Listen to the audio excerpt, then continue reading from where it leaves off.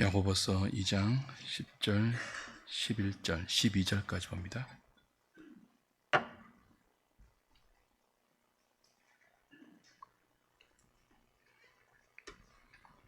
신약성경 373페이지 야고보서 2장 10절부터 12절까지 우리 같이 읽겠습니다. 누구든지 온 율법을 지키다가 그 하나를 범하면 모두 범한 자가 되나니 간음하지 말라 하시니가 또한 살인하지 말라 하셨은즉 내가 비록 간음하지 아니하여도 살인하면 율법을 범한 자가 되느니라. 너희는 자유의 율법대로 심판받을 자처럼 말도 하고 행하기도 하라. 그리스도인은 자유의 율법대로 심판받을 자처럼 말하고 행하고 사는 사람들입니다. 자유의 율법, 그것이 우리의 심판의 근거입니다. 율법 앞에서 모든 인간은 죄인으로 드러나죠. 율법의 99.99%를 지키다 가도 단 하나의 계명만 어겨도, 그것도 한순간만 어겨도 지금까지 완벽하게 지켜온 율법을 모두 범하는 것으로 하나님 앞에서는 드러나요. 그리고 하나님 앞에서 범한 죄는 크든 작든 모두 사망을 초래해요. 하나님의 진노와 저주와 형벌을 초래합니다. 그래서 율법의 원래 기준대로 행하고 말하면, 심판받으면 아무도 그 율법의 저주에서 벗어날 수가 없습니다. 온 율법을 지키다가 작은 것 하나 어기면 모든 율법을 어기는 것이 되니까요. 야고보 사도는 말해요. 너희는 자유의 율법대로 심판받을 자처럼 살아라. 말할 때도 행할 때도 자유의 율법이 너희를 주관하는 자로 살아라. 그래서 긍휼이 심판을 이긴다라는 13절로 연결이 됩니다. 긍휼을 행하지 아니하는 자에게는 긍휼 없는 심판이 있으리라. 긍휼은 심판을 이기고 자랑하느니라. 자유의 율법의 근거는 하나님의 긍휼이 여기심입니다. 율법대로 하면 모두 심판받아 마땅한 죄인들 아닙니까? 하나님의 영광에 이르지 못하는, 모두 율법이 요구하는 어려움에 이르지 못하니까 정죄와 형벌의 대상입니다. 근데 그 율법을 하나님의 긍휼이 감사서, 율법에 의하면 저주의 대상인데 그 저주의 대상을 하나님의 긍휼하심의 은혜가 감사서 그 율법을 자유의 율법 되게 했어요. 이제는 그 율법의 저주 때문에 무서워 그 계명을 대하는 자가 아니라 성도는 그 율법의 저주를 우리 대신 다 담당하고 그 율법의 요구를 당신의 공생애로 다 성취하셔서 완전한 의를 믿는 자에게 전가해 주신 그 주님의 은혜 아래에서 율법이 이제 우리에게는 자유의 율법으로 다가옵니다. 그 근거에는 뭐가 있다고요? 하나님의 심판을 이기는 긍휼이 여기심이 있어요.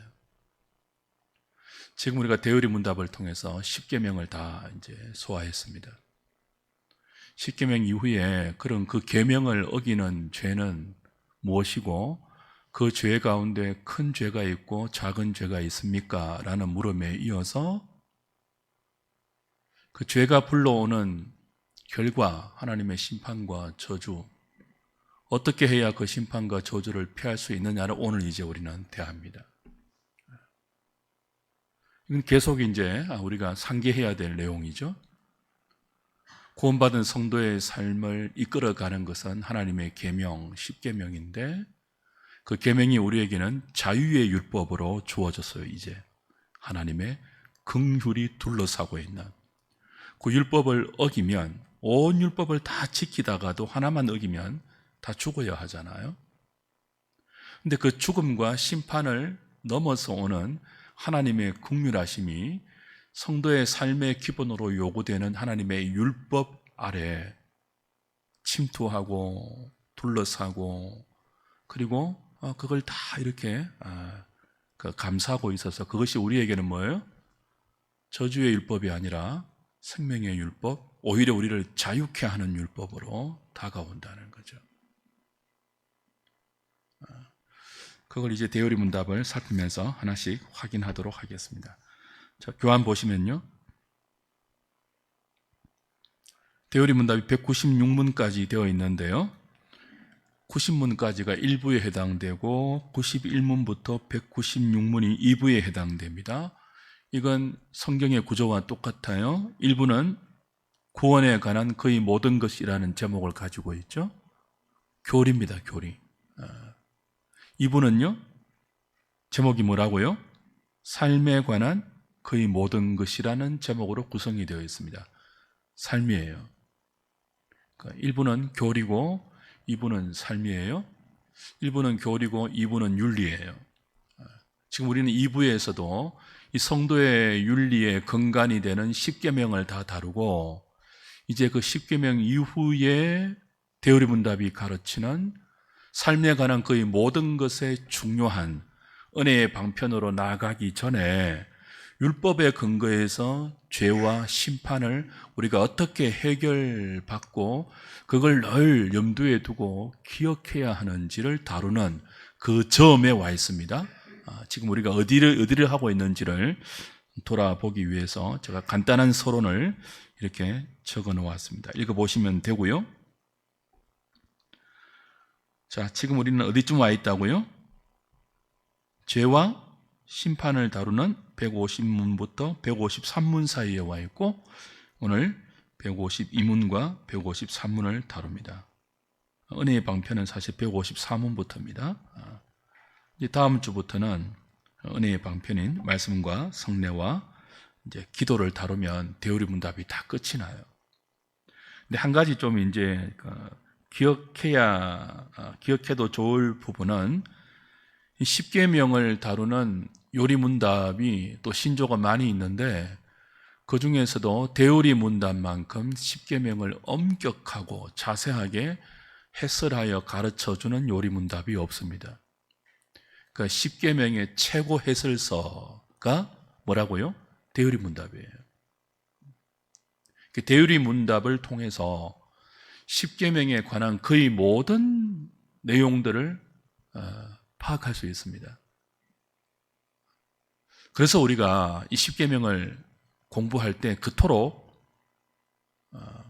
이 계명 앞에서 우리의 연약함과 부패함과 죄성이 다 폭로되는 것 같은 느낌을 받았던 거예요.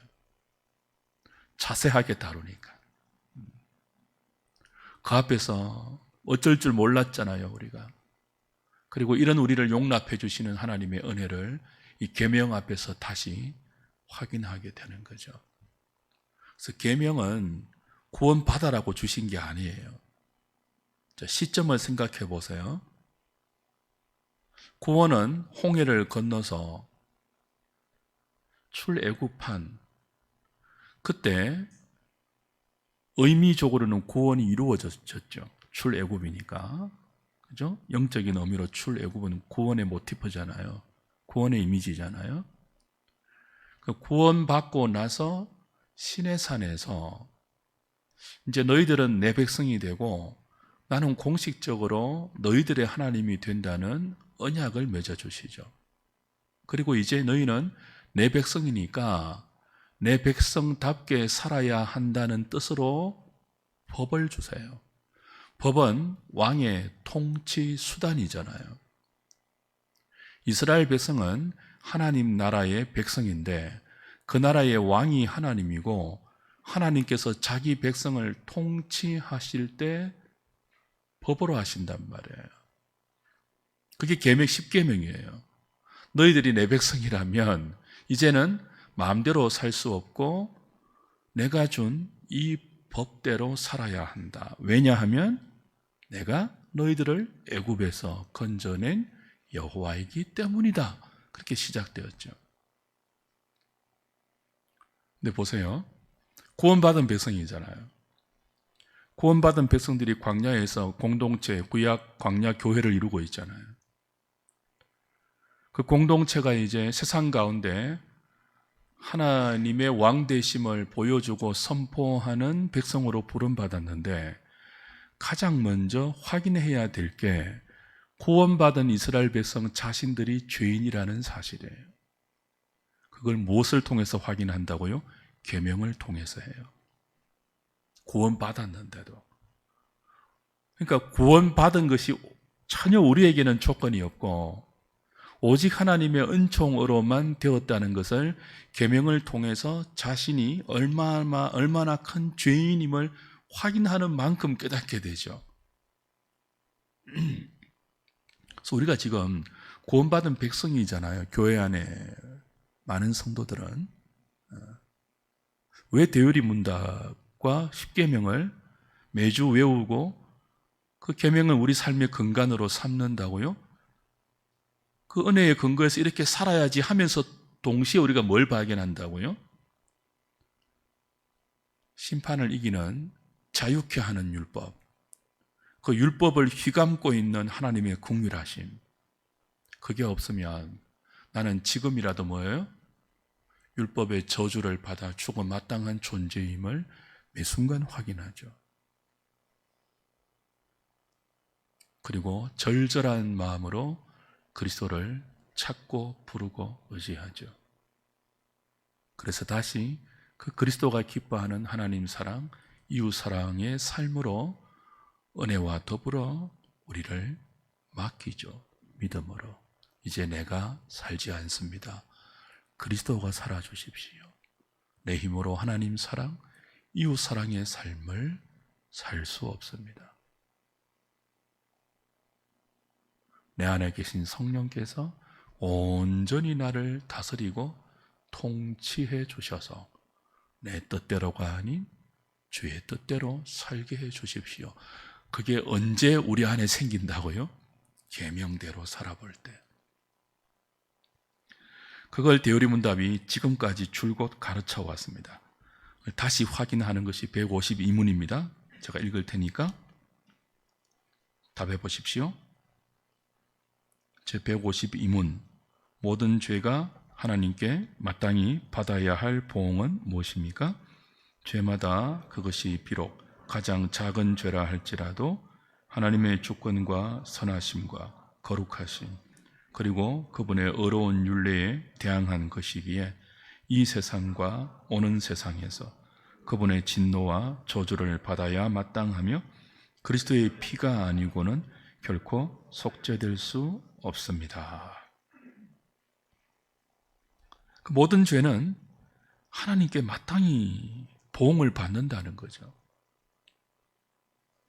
우리가 늘 죄 용서의 은혜를 입고 살기 때문에 이런 부분이 많이 좀 희미해졌는데요. 모든 죄는 하나님을 심히 불쾌하게 만듭니다. 불쾌하게 만들어요. 하나님의 진노를 촉발시켜요. 모든 죄가 크든 작든 모든 인간이 저지르는 율법에 저촉되는 모든 율법의 기준에 미치지 못하는 하나님의 영광에 도달하지 못하는 모든 죄는 하나님을 심히 불쾌하게 만듭니다. 그래서 보응을 초래해요. 심판을 초래해요. 대우리 문답은 이렇게 가르칩니다. 이 세상과 오는 세상에서 모든 죄는 하나님의 진노와 저주를 초래하기에 마땅하다 그래요. 그리고 그 우리의 죄로부터 초래되는 하나님의 진노와 저주와 형벌은 그리스도의 피가 아니고는 결코 속죄될 수 없다.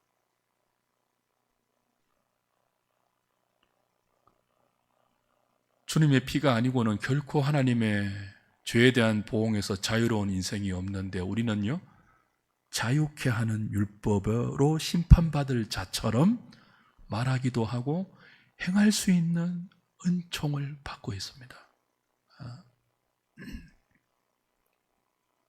심판을 이기는 하나님의 긍휼이 그 율법을 자유케 하는 율법으로 우리가 대할 수 있게 했고, 그 그리스도의 속죄의 은총을 매 순간 받고 사는 우리가 다른 사람을 대할 때도 긍휼을 베풀 수 있는, 그 계명을 살려놓지 않으면요 여러분이 십계명이라는 삶의 이정표를 여러분 앞에 세워놓지 않으면요 절대로 이런 믿음의 마음을 가지지 않습니다. 겸손한 믿음에 모든 사람을 긍휼히 보는 그 긍휼의 눈과 마음을 유지할 수가 없어요. 내가 매일 죄인으로 드러나지 않습니까? 이 계명 앞에서 매일 피할 수 없는 하나님의 진노와 보응 앞에 직면한 존재임을 자각하고, 이런 나를 그리스도의 속죄의 피로 지금도 용납해 주시는 하나님의 넓고 깊고 높고 긴 사랑을 깨닫게 되죠. 그래서 긍휼의 마음을 품게 되죠. 나를 불쌍히 여기시는 그 하나님의 긍휼로 살고 있음을 느끼는 것만큼 다른 사람을 긍휼의 눈으로 바라볼 수 있게 되는 거예요. 그러니 까칠하지 마십시오. 그리스도인은 까칠해서는 안 돼요. 하나님이 여러분을 까칠히 보시면 어떻게 하시려고 그래요? 아, 나 원래 이렇게 까칠한 사람이에요. 나 분명한 사람이에요. 너무 그러지 마세요. 하나님이 여러분을 분명하게 대하면 어쩌실래요? 율법이 우리에게 자유케 하는 율법으로 오게끔 심판을 뛰어넘는 긍휼로 오셔서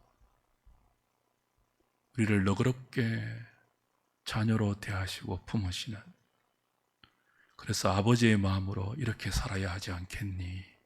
설득하시고, 그렇게 사는 것이 네 복이고 생명이잖니? 라고 가르치시는 그 아버지의 마음에 동참되는 신앙의 철이 들 때 우리는 깊은 하나님의 사람으로 존재할 수 있겠죠. 그렇게 해주는 것이 계명입니다. 두 번째 보십시오. 왜 가장 작은 죄라도 현세와 내세에까지 하나님의 진노와 저주를 초래합니까?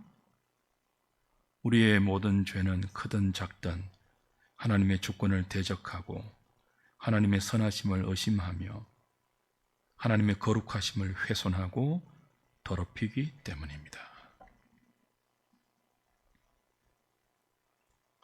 그 사소한 죄는 괜찮다, 이 정도는 괜찮겠지, 그런 마음을 가져서는 안 된다는 거예요. 다른 사람을 대할 때는 까칠하게 대하지 말아야 되고요, 나 자신을 대할 때는 굉장히 까칠하셔야 됩니다. 이 정도는 괜찮겠지 그러지 마시고요, 우리 자신에게는 까칠하세요. 다른 사람에게는요 한없이 너그러우시고요. 여러분 눈에 있는 들보는 티로 여기지 말고요, 다른 사람의 눈에 있는 티는 들보로 보지 마세요. 왜 우리가 사소한 죄도 까칠하게 우리 자신에 대해서 괜찮다고 여기지 말아야 하느냐 하면, 우리는 원래 그렇게 지원받지 않았기 때문입니다. 하나님께서 인간을 하나님의 형상으로 창조하시고 보시기에 심히 좋았다 그랬습니다. 보시기에 심히 좋게 지으셨습니다.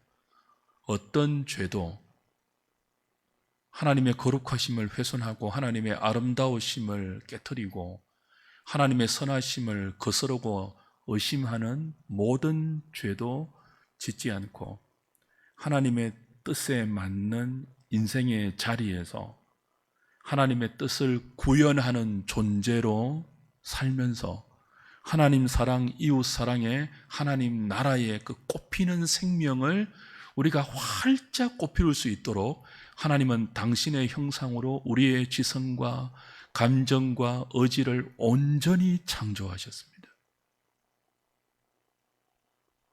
보시기에 심히 좋았습니다. 우린 천사보다 훨씬 거룩한 존재였습니다. 하나님보다 조금 못했습니다. 인자가 무엇이길래 그렇잖아요. 근데 그 좋은 하나님의 형상인 인간을 깨트린 것이 죄입니다. 이성 없는 짐승과 방불하게 만든 것이 우리가 이 정도는 괜찮겠지라고 여기는 사소한 죄도 하나님 앞에서는 보시기에 가장 좋았던 인간을 가장 추하고 아름답게 만든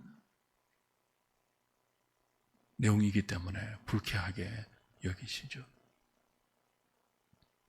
어떻게 생각하자고요? 현세와 내세에서 영원한 하나님의 진노를 초래하는 것이 저와 여러분들의 작은 죄입니다. 3번 보십시오. 율법은 죄가 무엇인지를 가르쳐 주죠. 사소해 보이는 죄도 영원하신 하나님을 대적하고 반역하는 불의한 내면이 그 죄의 배후에 자리 잡고 있습니다.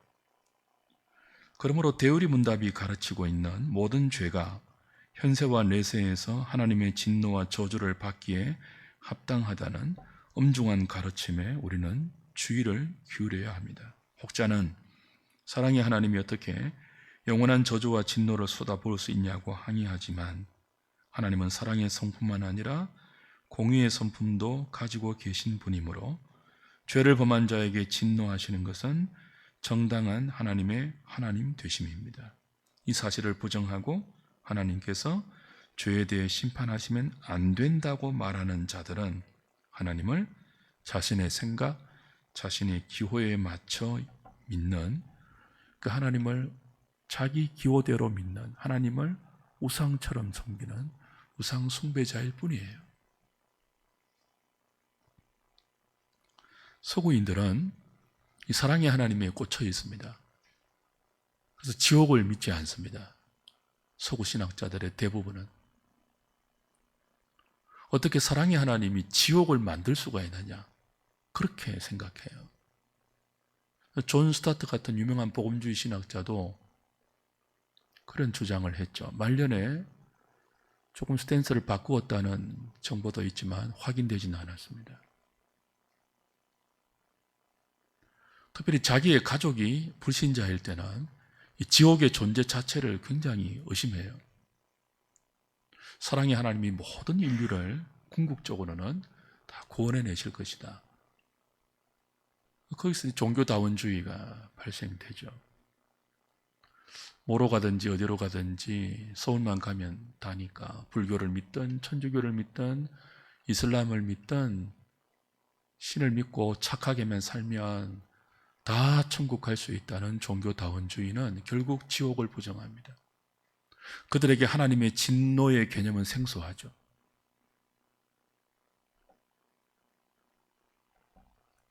그렇게 믿는 것은 하나님을 우상처럼 믿는 것입니다. 하나님은 공의로운 분입니다. 하나님의 공의가 살아있어야 하나님의 넘치는 자비가 우리에게 그 공의만큼 다가옵니다. 하나님의 공의에 의해서 아들이 돌아가시잖아요. 이게 신비죠. 그게 하나님의 라이츠니스예요. 하나님의 의로우심이에요. 법을 지키되 옳은 자를 상 주시고 틀린 자를 벌 주시는 정도가 아니라 틀린 자를 벌 주지 않고 틀린 자를 오히려 상 주시고 복 주시는 하나님의 의로우심. 법을 지키되 어떻게 지키죠? 아들에게 법이 요구하는 벌을 다 지우는 거예요. 아들에게 영원토록. 그래서 아들이 십자가를 앞두고 그토록 고민한 거예요. 여러분, 이순신도 죽을 때 초연했습니다. 나의 죽음을 적들에게 알리지 말라 그랬습니다. 소크라테스도 죽을 때 초연했습니다.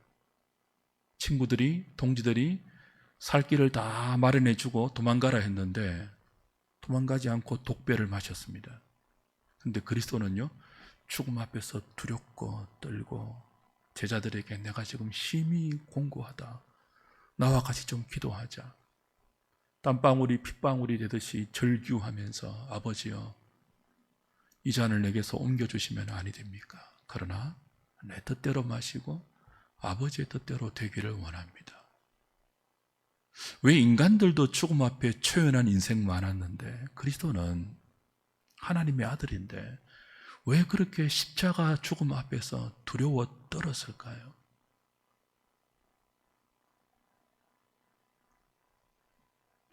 영원한 지옥의 죽음이기 때문에 그래요. 이 죽음이 얼마나 무서운 진노가 하나님으로부터 다 쏟아지는지를 알기 때문에 그래요. 모르니까 초연하죠, 사람들이. 무식하면 용감하다고 하잖아요. 모르니까 지옥 앞에서도 초연해요. 나 지옥 갈게 그래요.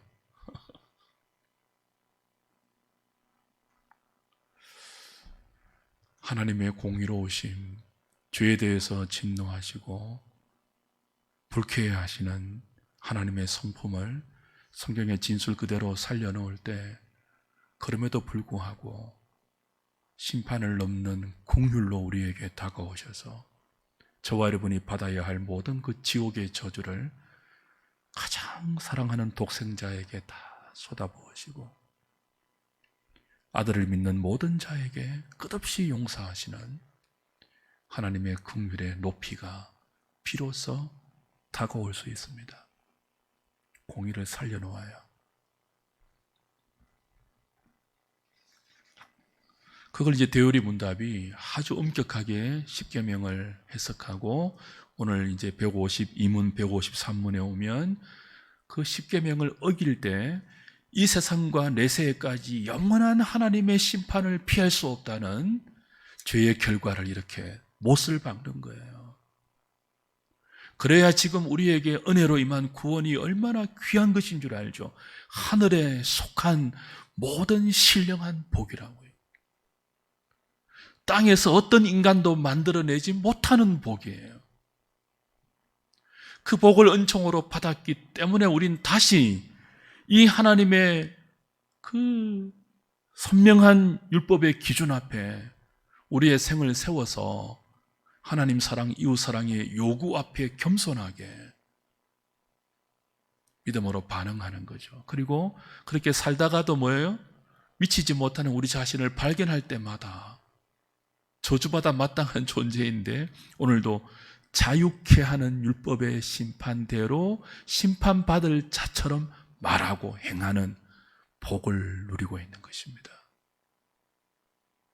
그 은혜를 언제 우리가 깨달을 수 있다고요? 살아볼 때.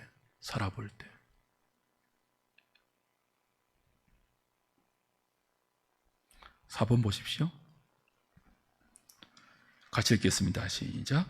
모든 인류는 현세와 내세에서 하나님의 진노와 저주를 받아야 마땅한 죄를 짓고 있습니다. 우리도 예외가 아니라 죄를 짓고 삽니다. 그럼 우리도 저주와 진노를 받아야 하는데 어떻게 해야 합니까? 하나님이 세우신 유일한 중보자, 곧 예수 그리스도가 당신의 보혈로 우리의 죄를 깨끗하게 처리하시고 용서하셨음을 믿고 그의 보혈을 의지하여 회개하면 그 진노와 저주에서 해방될 수 있습니다. 히브리서 9장 22절이 피 흘림이 없은즉 사함이 없느니라고 했으니 그리스도의 보혈 없이 죄를 해결하라는 어떤 시도도 소용이 없습니다. 다른 이로는 구원을 받을 수 없고 오직 예수 그리스도를 믿는 길만이 죄를 용서받고 구원을 얻을 수 있는 유일한 길입니다.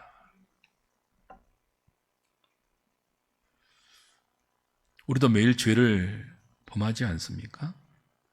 우리도 매일 저주와 진노를 받아야 하는 존재로 확인되잖아요. 그래서 매일 우리는 그리스도를 부르고 주의 이름을 부르죠. 주의 이름을 부르는 자는 구원을 받으리니. 로마서 10장. 누구든지 주의 이름을 부르는 자는 구원을 얻으리니. 주의 이름을 부르는 게 뭐예요? 그냥 주여 주여가 아니에요. 매일 우리가 죄를 범하는데, 하나님의 영광에 도달하지 못하는 죄를 범하는데, 그 죄를 범하는 자에게 마땅히 임할 운명은 내세와 현세에서 영원한 진노인데, 그걸 어떻게 피한다고요? 매일 그리스도 안에서 피하죠.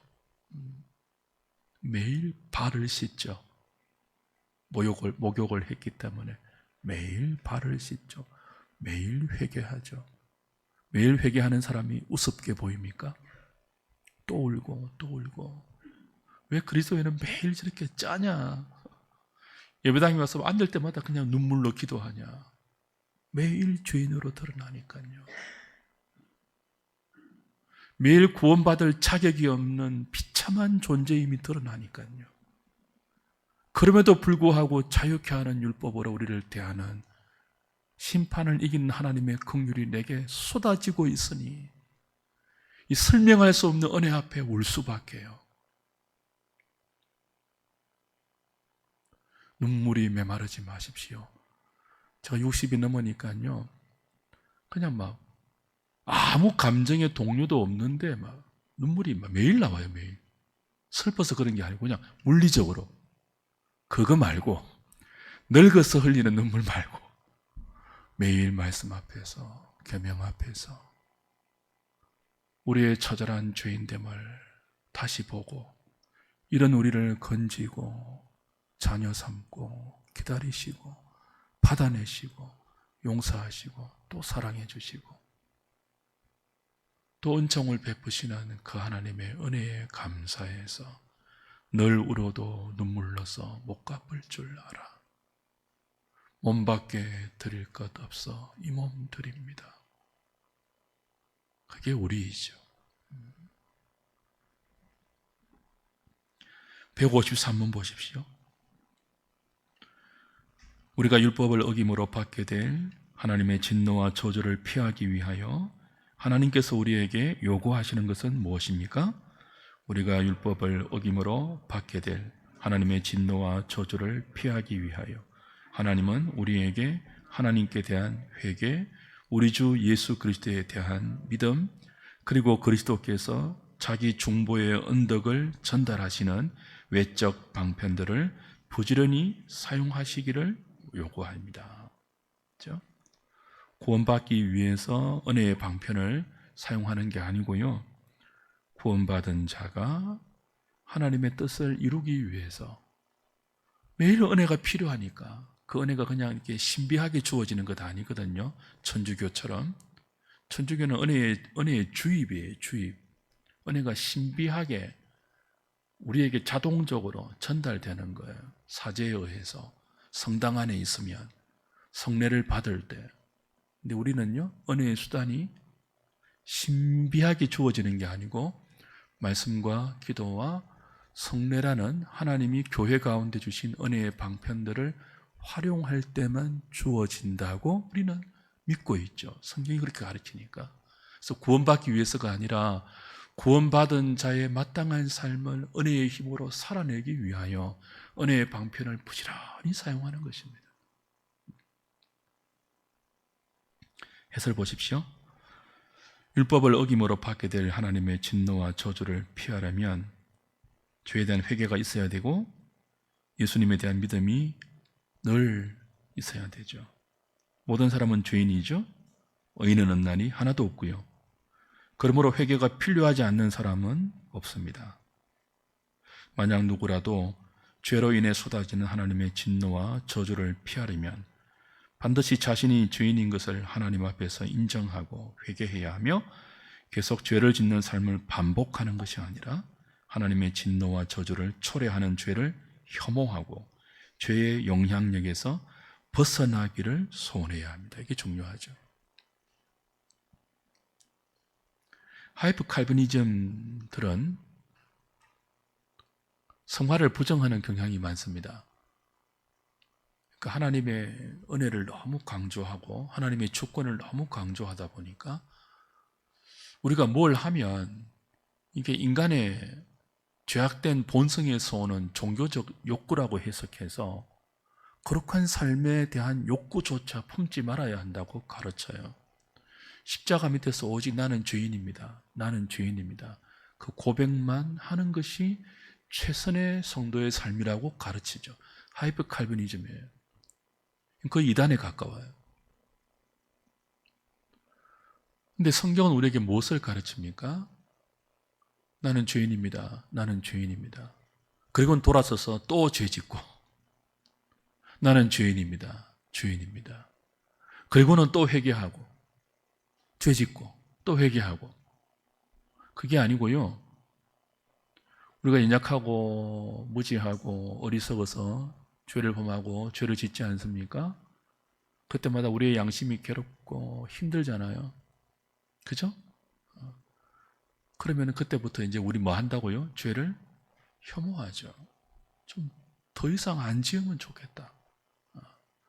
더 이상 하나님의 마음을 좀 안 아프게 하면 좋겠다. 어떻게 하면 내가 하나님의 기쁨이 될 수 있을까? 어떻게 하면 내가 하나님을 엔조이 할 수 있을까? 영원토록 그를 즐거워할 수 있을까?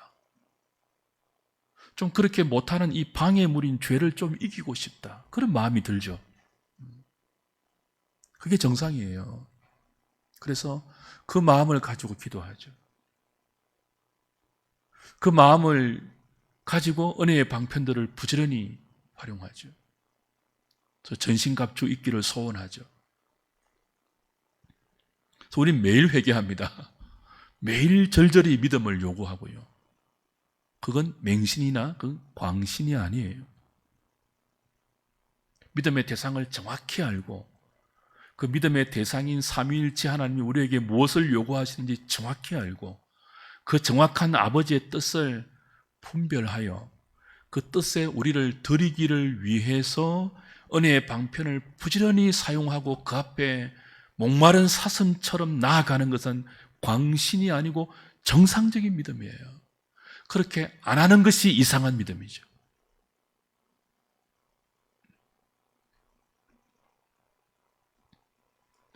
이번 보십시오. 하나님은 회개만 아니라 우리 주 예수 그리스도에 대한 믿음도 요구하십니다. 생명 얻는 회개와 구원 얻는 믿음은 하나이기 때문에 참된 회개에는 반드시 믿음이 동반되어야 합니다. 나를 위하여 육신을 입고 오셔서 나를 대신하여 십자가에 죽임 당하심으로 죄에 대한 하나님의 모든 저주와 진노와 심판을 담당하시고 하나님의 공의를 만족시키신 예수 그리스도를 나의 유일한 구원자로 믿고 하나님의 아들로 의지하는 길만이 죄에서 구원받는 단 하나의 길입니다. 그래서 십자가는 하나님이 우리에게 오시는 길이기도 하지만 우리가 하나님께로 가는 길이기도 해요. 십자가를 통해서 하나님이 우리에게 긍휼로 오셨잖아요. 심판을 이기는 긍휼로 오셨잖아요. 그 십자가 앞에서 구원받은 성도는 은혜와 감사와 순종으로 하나님께 나아가죠. 십자가를 통해서.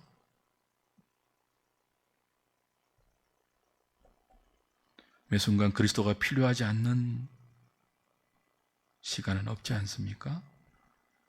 3번 같이 읽겠습니다. 모든 죄가 하나님의 진노와 저주를 불러온다는 사실을 안다면 회개와 믿음으로 주님을 의지해야 하는 동시에 죄의 영향력에서 벗어나기 위하여 주님께서 자신의 중보의 언덕을 전달하시기 위해 우리에게 허락하신 복된 외적인 방편들을 부지런하게 사용해야 합니다. 죄에서 구원받기 위해 우리가 할 수 있는 일은 없습니다. 해야 할 일도 없습니다. 그러나 구원받은 자에게 계속 주시는 은혜는 반드시 은혜의 방편들을 통해서만 우리에게 전달이 되기 때문에 그리스도의 은혜를 풍성히 누리면서 죄와 싸워 이기기를 원한다면 하나님께서 정해주신 은혜의 방편인 말씀과 성례와 기도를 부지런하고 성실하게 사용해야 합니다. 나는 은혜의 방편들을 잘 사용하고 있습니까? 부지런히 사용하고 있습니까? 잘 사용하고 계십니까? 부지런히 사용하고 계십니까? 그리고 은혜의 방편을 잘 사용하면서 자랑하지 마십시오. 다른 사람을 이렇게 정죄의 눈으로 바라보지 마십시오. 은혜의 방편을 잘 사용해서 겸손하십시오. 하나님 앞에서 늘 작은 자로 머물러 있으십시오. 하나님 제 보세요. 말씀 묵상도 안 하고요. 기도도 안 하고요.